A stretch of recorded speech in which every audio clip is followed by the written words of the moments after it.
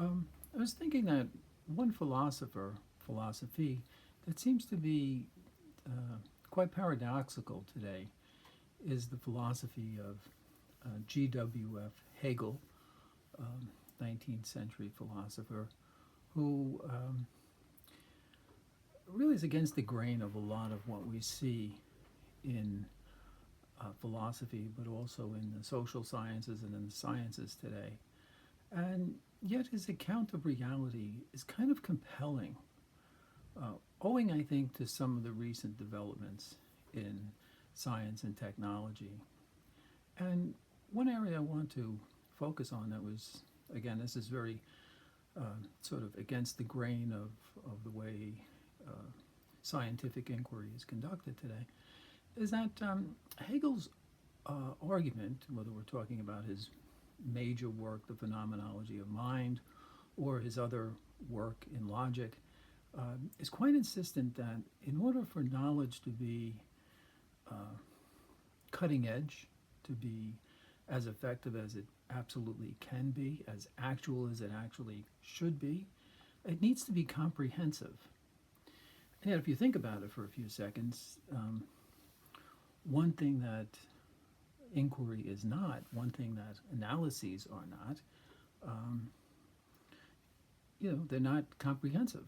They tend to be very narrowly focused, very specific, and analyses tend to go deeper and deeper into a subject area, aided, no doubt, by advances in computer technology, which has allowed researchers to crunch data points endlessly, way beyond the ken of any individual or group of individuals. So why and how is it that Hegel's philosophy can uh, be a kind of a counterbalance for that thrust today? And is it is what he has to say valid for our times?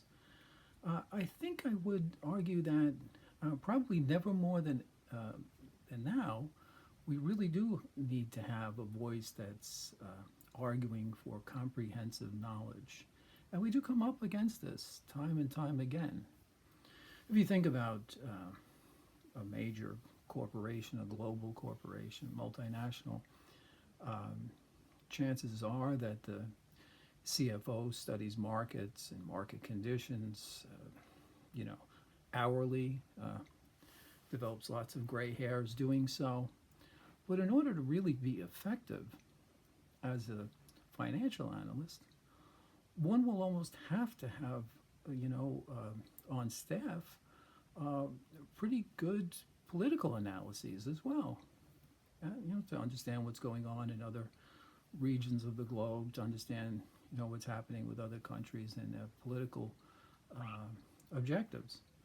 If we press that argument a little further, as indeed Hegel would suggest that we should, what we'll find is that the political analysis will need other disciplines as well. One of them will be probably sociology. What's happening on the ground in a particular society or region of the world? What do the social movements look like? What does the culture look like? How is technology being received? I think it's a practical matter, and this is what Hegel is arguing for. As we start to try to understand reality or components of it, we're really driven not only to think vertically, but horizontally as well. Um, Certainly, if you think about trends in modern medicine, for example, if I have something wrong with me, going online as so many of us do, I'm engaged in cyberchondria, looking things up. And of course, the research suggests that we're making ourselves all very nervous and rushing off to doctors because we have partial information. When we go to the doctor, what the doctor does, of course, is looks at the individual, and the doctor has a kind of a physician's gaze. They can see something and perhaps rule some things out, and maybe pursue tests for something else. Um, If it's a really good doctor, they'll probably consult with other physicians that you've seen. In other words, in order to get a diagnosis, a really good diagnosis, a really gifted scientist, in this case a doctor, will have to have a comprehensive understanding of the individual. Probably the best case of this is, in the early part of the 20th century, you know, psychoanalysts like Freud wrote entire books about one patient. So we don't have to go that far, but it does indicate that when it comes to a diagnosis, having a comprehensive knowledge is essential, and often,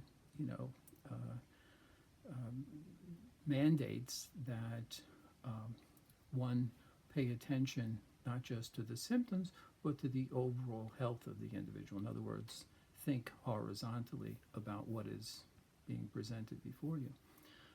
Sticking with the medical analogy, another interesting thing that physicians do, I was very close to Hegel's viewpoint.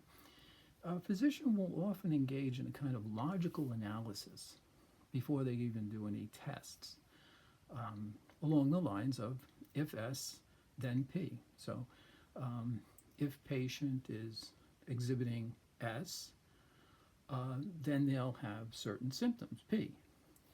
Not P, then not S. And so, logic is kind of built into a lot of our inquiry. And certainly logic and math have great symmetry, as we know.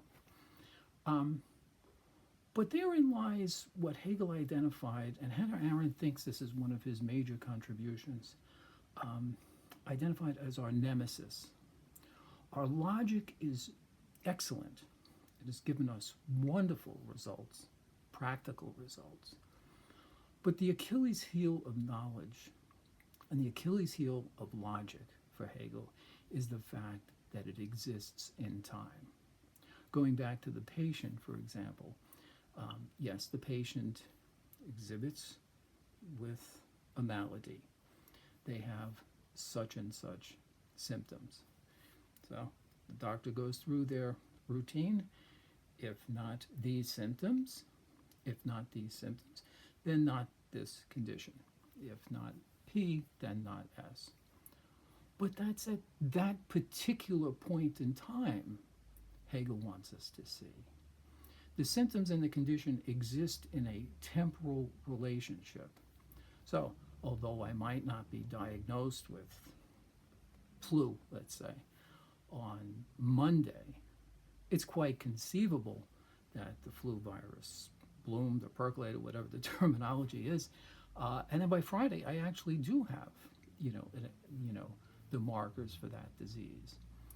So Hegel's not abandoning traditional logic. I think that's a misunderstanding.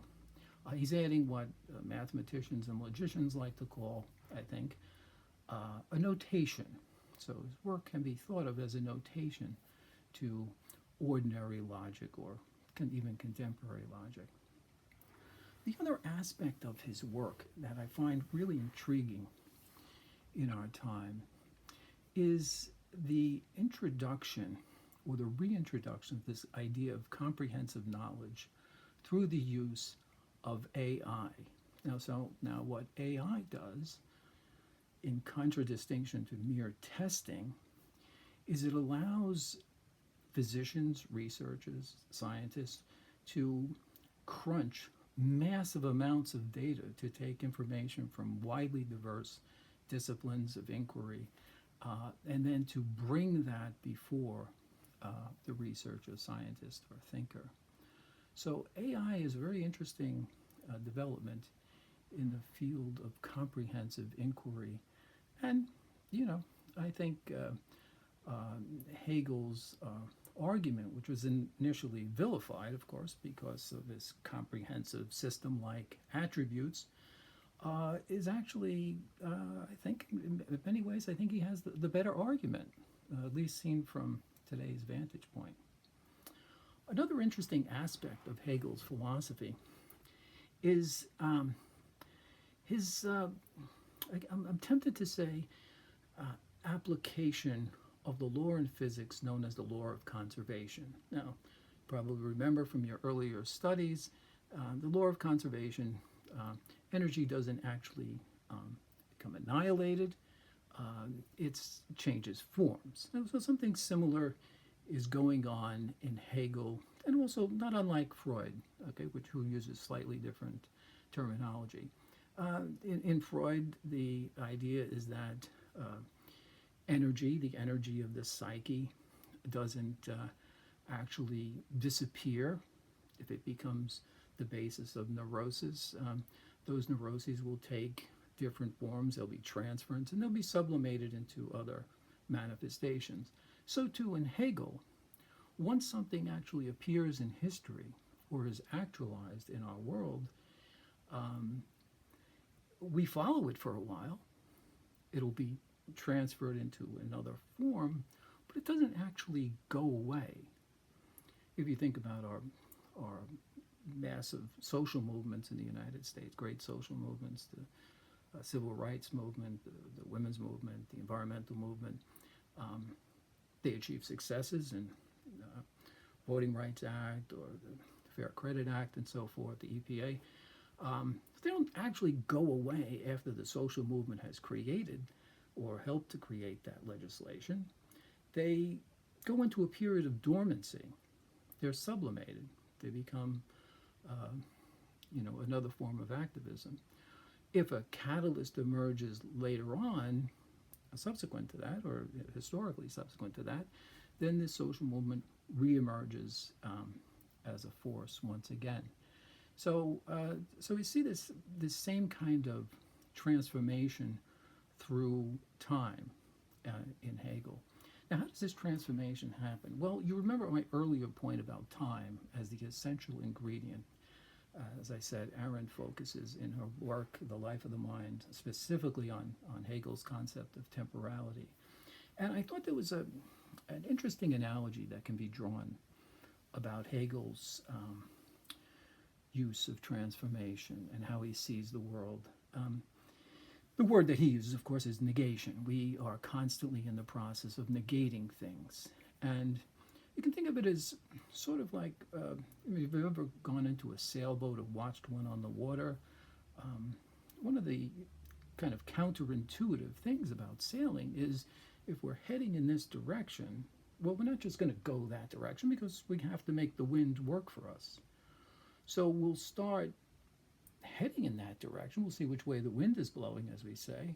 We'll try to get the wind behind us, and we will tack to a certain point, and then we'll have to strangely turn about and head almost in a different direction.